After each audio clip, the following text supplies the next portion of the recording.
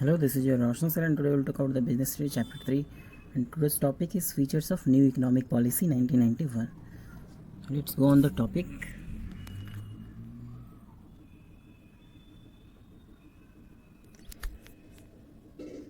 तो ये रहा आपका आज का topic, features of new economic policy 1991। तो इसमें इसके बारे में नहीं बताया गया है कि क्यों इस पॉलिसी की ज़रूरत पड़ी, 1991 में न्यू इकोनॉमिक पॉलिसी की ज़रूरत क्यों पड़ी। डायरेक्ट इसका फीचर्स दे दिया है, इसका न्यू इकोनॉमिक पॉलिसीज़ के क्या क्या फ़ीचर्स थे। ठीक है, तो मैं इसके फ़ीचर्स को बताने से पहले ये आप लोगों को बता देना चाहता हूँ कि आखिर इस पॉलिसी की ज़रूरत पड़ी क्यों 1991 में। ठीक है, तो देखो इसकी ज़रूरत क्यों पड़ी। देखो 1991 में क्या हुआ था, इकोनॉमिक क्राइसिस हुआ था बहुत बड़ा। ठीक है, serious physical crisis in which the physical deficit reached the level of 6.6% of GDP in 1990-91, यानी 1990-91 में एक बहुत बड़ा क्राइसिस हुआ था इंडिया में, जिसमें कि जो फिज़िकल डिफिसिट था वो 6.6 तक पहुंच गया था जीडीपी के।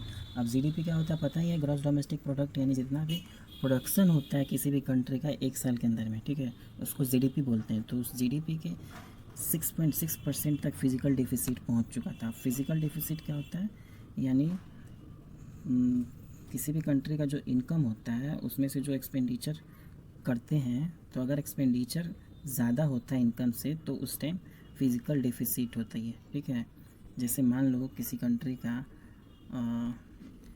इनकम है, ठीक है, 100 रुपीज़ सपोज़ कर रहे हैं। ठीक है, 100 रुपीज़ इनकम है और एक्सपेंडिचर है 110 एक्सपेंडिचर हो गया, तो ये 10 कहाँ गया, माइनस में गया, तो ये जो 10 एक्सपेंडिचर एक्स्ट्रा हुआ है यही इसका फिज़िकल डिफिसिट कहलाएगा। ठीक है, तो अब किसी भी गवर्नमेंट को इनकम कहाँ से आता है, तो टैक्स से इनकम आता है।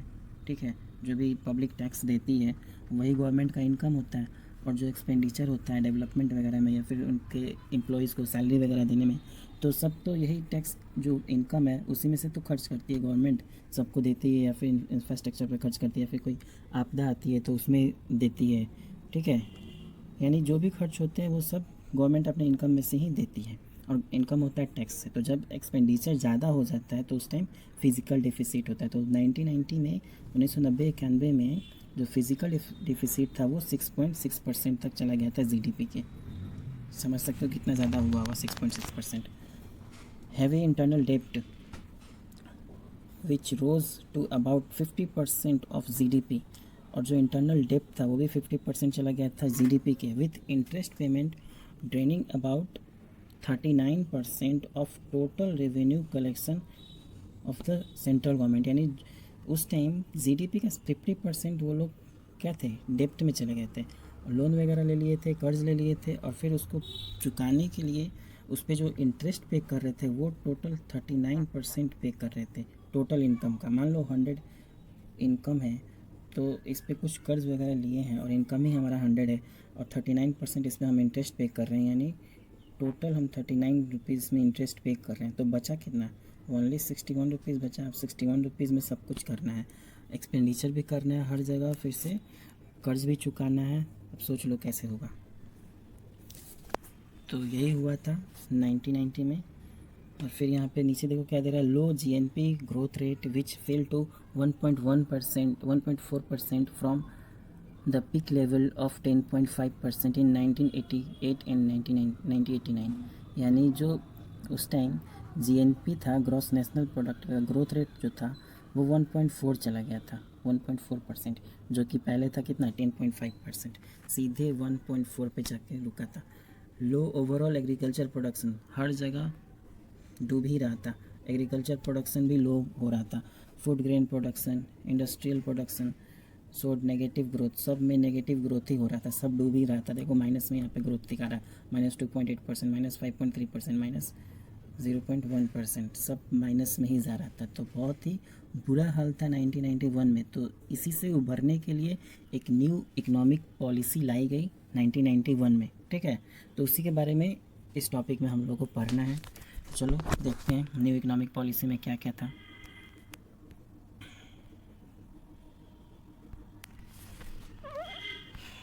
तो देखो जो टॉपिक था आज का, the features of new economic policy 1991। तो इसमें 3 मेजर कंपोनेंट्स दिया है, या कंपोनेंट बोलो या फीचर्स बोलो या एलिमेंट्स बोलो, ठीक है, तीनों सेम ही है। तो क्या क्या थे 3 major components? First liberalisation, second privatisation, third globalisation, यानी ये 3 एलिमेंट थे न्यू इकोनॉमिक पॉलिसी के 1991 में। तो सबसे पहले लिबरलाइजेशन की बात करेंगे। Liberalisation refers to end of license, quota and many more restrictions and controls which were put on industries before 1991। यानी लिबरलाइजेशन में क्या था कि उसमें जितने भी लाइसेंस थी, कोटा था, या फिर जितने भी तरह के रिस्ट्रिक्शन थी वो सब ख़त्म कर दिया गया, ठीक है। यानी जितनी भी कंपनीज़ थी सबको छूट दे दी गई, इंडस्ट्रीज़ को, कंपनीज़ को। 1991 से पहले जितनी भी पाबंदियाँ थी, रेगुलेशन थी, कंट्रोल्स थी, सब हटा ली गई, ठीक है, न्यू इकोनॉमिक पॉलिसी के तहत, ताकि वो फ्रीली काम कर सके और इंडिया को उस बुरे हालात से निकाल सके। The Indian companies got liberalisation in following way. बहुत तरीक़ों से उनको छूट मिली। तो क्या क्या छूट थी इंडियन कंपनीज़ को? देखो, first abolition of licence except in few, यानी कुछ लाइसेंसों को छोड़ के बाकी सारे लाइसेंसों को क्या कर दिया गया? एबोलिशन कर दिया, यानी छूट दे दिया गया। अब डायरेक्ट आप कोई भी काम कर सकते हो, ठीक है, लाइसेंस वगैरह की कोई ये नहीं है, केवल कुछ को ही रखा गया था। दूसरा, नो रिस्ट्रिक्शन ऑन एक्सपेंशन और कॉन्ट्रैक्शन ऑफ बिजनेस एक्टिविटीज़। किसी भी बिजनेस एक्टिविटीज़ में कॉन्ट्रैक्शन या एक्सपेंशन पे कोई भी रिस्ट्रिक्शन नहीं था, ठीक है, रिस्ट्रिक्शन हटा लिया गया था, हर तरह का रिस्ट्रिक्शन। थर्ड है reduction of tax rate. Tax rate में भी रिडक्शन कर दिया गया था, घटा दिया गया था, लो कर दिया गया था उसको। Lifting of unnecessary controls over the economy, यानी जो भी अननेसेसरी कंट्रोल्स थे सबको हटा लिया गया था। Liberalisation in import and export. Export और इम्पोर्ट में भी जो भी छूट देना चाहिए था वो सभी छूट दे दी गई थी, ठीक है। इसके बाद easy and simplifying the procedure to attract foreign capital in India. Foreign capital को यहाँ पे लाने के लिए बहुत ही इजी और सिंप्लीफाइड तरीका ला दिया गया था, ठीक है, जिससे कि जो भी फॉरेन कैपिटल है, फॉरेन करेंसीज वगैरह यहाँ पे आ सके, उसका प्रोसेस सिंपल कर दिया गया था, इजी कर दिया गया था, ताकि यहाँ पे निवेश हो। Freedom in movement of goods and services. Goods and services में भी फ्रीडम दे दिया गया था उसके मूवमेंट में, ठीक है। Freedom in fixing the prices of goods and services, और गुड्स एंड सर्विसेज के प्राइस वगैरह रेट रखने में भी फ्रीडम दे दी गई थी, वो अपने मन मुताबिक रेट रख सकते हैं, ठीक है। कौन? जो कंपनीज थी, इंडस्ट्रीज़ वगैरह जो भी थे, वो अपने मुताबिक उसका रेट फिक्स कर सकते हैं। तो इन सब चीज़ों में उनको छूट दे दी गई थी, ताकि वो ईज़िली अपना बिजनेस कर सके और अपना कंट्रीब्यूशन दे सके उस इकोनॉमिक क्राइसिस से इंडिया को बाहर निकालने में। देखो, इसका दूसरा पॉइंट क्या दे रहा है? प्राइवेटाइजेशन, यानी जो दूसरा कंपोनेंट है प्राइवेटाइजेशन है। Privatisation refers to giving greater role to private sector and reducing the role of public sector. यानी प्राइवेटाइजेशन का बहुत बड़ा रोल था उस टाइम, ठीक है, पब्लिक सेक्टर के रोल को कम करने में, क्योंकि प्राइवेटाइजेशन हुआ तभी पब्लिक सेक्टर का जो लोड था वो कम हुआ। तो अभी बहुत लोग शोरगुल कर रहा है प्राइवेटाइज हो रहा है, तो लेकिन ये प्राइवेटाइजेशन मैं बताना चाहता हूँ 1991 में ही स्टार्ट हुआ था, ठीक है, अभी ये नया पे नहीं हो रहा है। तो उसी टाइम प्राइवेटाइजेशन की पॉलिसी लागू हुई थी। To execute policy of privatisation government took the following steps, यानी प्राइवेटाइजेशन पॉलिसीज़ के तहत गवर्नमेंट कुछ स्टेप्स ली थी। क्या क्या स्टेप्स था? देखो, disinvestments of public sector, यानी पब्लिक सेक्टर में वो इन्वेस्ट करना बंद की। कौन? गवर्नमेंट, जो उस टाइम की गवर्नमेंट थी, ठीक है। That is transfer of public sector enterprises to private sector, यानी इसका मतलब था कि जब वो इन्वेस्ट ही नहीं करेगी पब्लिक सेक्टर में, तो इसका मतलब साफ है कि पब्लिक सेक्टर को क्या प्राइवेट सेक्टर में ट्रांसफ़र किया जा रहा है, ठीक है। दूसरा है setting up of board of industrial and financial reconstruction. This board was set up to revive or close sick units in public sector enterprises suffering loss, यानी एक बोर्ड सेट किया गया जिसका नाम था board of industrial and financial reconstruction, BIFR। This board was set up to revive और close sick units, यानी जो पब्लिक सेक्टर इंटरप्राइजेस के क्लोज सिक यूनिट्स थे, ठीक है, उनको रिवाइव करने के लिए, उनको मजबूती देने के लिए ये बोर्ड बनाया गया, ठीक है। इसके बाद है dilution of stake of government. If in the process of disinvestment private sector acquires more than 51% shares, then it results in transfer of ownership and management to the private sector। यानी किसी भी कंपनी में जब government का share 51% रहता है तो वो कंपनी गवर्नमेंट कंपनी मानी जाती है, पता है ना, कंपनी एक्ट के तहत। तो जो गवर्नमेंट थी वो क्या कर रही थी, अपना 51% का जो शेयर था वो उसमें से निकाल रही थी, फिर यानी 51% से कम हिस्सेदारी रख रही थी ताकि वो प्राइवेट सेक्टर में काउंट हो, ठीक है। It result transfer of ownership and management to the private sector, यानी इसका रिजल्ट यही हो रहा था कि वहाँ से गवर्नमेंट अपना ऑनरशिप हटा रही थी और उसको प्राइवेट सेक्टर के हाथों में दे रही थी। कौन सी गवर्नमेंट? 1991 में जो गवर्नमेंट थी कांग्रेस की, ठीक है। तो इसका थर्ड जो कंपोनेंट है वो है ग्लोबलाइजेशन यानी वैश्वीकरण, ठीक है। It refers to integration of various economics of world till 1991 Indian government was following strict policy in regard to import and foreign investment in regards to licensing of imports, tariffs, restrictions etc, but after new policy government adopt the policy of globalization by taking following measures। यानी कह रहा है कि 1991 से पहले India में क्या था, बहुत तरह का रिस्ट्रिक्शन था, बाउंडेशन था, ठीक है, ग्लोबलाइजेशन के तहत यानी एक्सपोर्ट इंपोर्ट के तहत कोई भी इजीली बिजनेस नहीं कर पाता था, इंपोर्ट एक्सपोर्ट नहीं कर पाता था क्योंकि बहुत सारी पाबंदियाँ थी। तो 1991 में जब क्राइसिस हुआ तो उसके बाद से ग्लोबलाइजेशन को ध्यान में रख करके इन पाबंदियों को कम किया गया, ठीक है।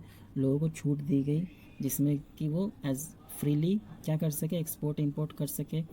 फॉरेन इन्वेस्टमेंट जो उस टाइम क्या था, एक तरह से रिस्ट्रिक्टेड था, बहुत कम उसका यूज़ हो रहा था, तो उसके लिए भी कुछ उपाय किया गया। यहाँ पे देख लो दिया भी है, स्ट्रिक्ट पॉलिसी थी उस टाइम 1991 के पहले, लेकिन क्राइसिस के बाद 1991 के बाद इसमें फॉरेन इन्वेस्टमेंट को भी बढ़ावा दिया गया। तो but after new policy government adopted policy of globalisation by taking following measures, यानी न्यू पॉलिसी के तहत गवर्नमेंट कुछ अडॉप्ट की थी। न्यू पॉलिसीज़ में देखो क्या क्या अडॉप्ट की थी। तो import liberalisation, government remove many restriction from import of capital goods, यानी गवर्नमेंट जो थी उस टाइम क्या की, रिमूव कर दी बहुत सारे जो रिस्ट्रिक्शन लगे हुए थे इंपोर्ट पे, ठीक है, यानी कैपिटल गुड्स के इंपोर्ट पे, तो वो रिस्ट्रिक्शंस को वो हटा दी, लिबरलाइजेशन यानी छूट दे दी। दूसरा फॉरेन एक्सचेंज रेगुलेशन एक्ट फेरा वॉज रिप्लेस्ड, यानी जो रेगुलेशन एक्ट था, ठीक है, फॉरेन एक्सचेंज रेगुलेशन एक्ट, इसको रिप्लेस की, इसके जगह पे फॉरेन एक्सचेंज मैनेजमेंट एक्ट को लागू की, यानी फेमा को, ठीक है। ये रेगुलेशन था जिसमें कंट्रोल होता था, लेकिन यहाँ पे मैनेजमेंट को अडॉप्ट की, इसके जगह पे मैनेजमेंट वाला एक्ट लागू की। थर्ड है rationalisation of tariff structure, and fourth abolition of export duty, and fifth reduction of import duty, यानी जो भी एक्सपोर्ट इंपोर्ट करने में जितने भी तरह के बाउंडेशन थे, ठीक है, सबको हटा दी, सब में कुछ ना कुछ लिबरलाइजेशन कर दी। जैसे इंपोर्ट ड्यूटी यहाँ पे देखो रिडक्शन का बात कर रहा है, एक्सपोर्ट ड्यूटी एबोलिशन, यानी एक्सपोर्ट ड्यूटी इंपोर्ट ड्यूटी जो भी टैक्सेस वगैरह लग रहे थे वो सबको रिड्यूस किया गया, कम किया गया, ठीक है। तो एक अच्छा स्ट्रक्चर तैयार किया गया जिससे कि फॉरेन इन्वेस्टमेंट हो, फॉरेन करेंसी यहाँ पे आए, ठीक है, जिससे कि जो क्राइसिस चल रहा था उससे बाहर निकला जा सके। As a result of globalisation physical boundaries and political boundaries remained no barriers for business enterprises, यानी इसका रिजल्ट क्या हुआ ग्लोबलाइजेशन का, कि जो फिजिकल बाउंड्रीज थी और पॉलिटिकल बाउंड्रीज थी वो क्या हुआ, उसका जो बैरियर्स था वो हट गया बिजनेस इंटरप्राइजेस के लिए। Whole world becomes global village, और सारा जो वर्ल्ड था पूरा वो एक तरह से ग्लोबल विलेज के रूप में आया, यानी सारे लोग एक दूसरे के साथ बिजनेस करने लगे। जब हमारा बिजनेस बढ़ता है, एक साथ हम बिजनेस करते हैं सब मिल करके, तो क्या होता है, बिजनेस का एक्सपेंशन होता है, यानी ग्रोथ होता है। तो वही चीज़ यहाँ पे हुआ। Globalisation involves greater interaction and interdependence among the various nations of global economy, यानी ग्लोबलाइजेशन क्या किया, ग्लोबलाइजेशन के तहत ग्रेटर इंटरेक्शन हुआ और इंटरडिपेंडेंस हुए बहुत सारे नेशंस, ठीक है, ग्लोबल इकोनॉमी के तहत। तो इस तरह से इंडिया 1991 के इकोनॉमिक क्राइसिस से बाहर निकली कुछ छूट दे करके, ठीक है, न्यू इकोनॉमिक पॉलिसीज़ के तहत। तो इसमें बस इतना ही है, तो इस वीडियो में फ़िलहाल इतना ही।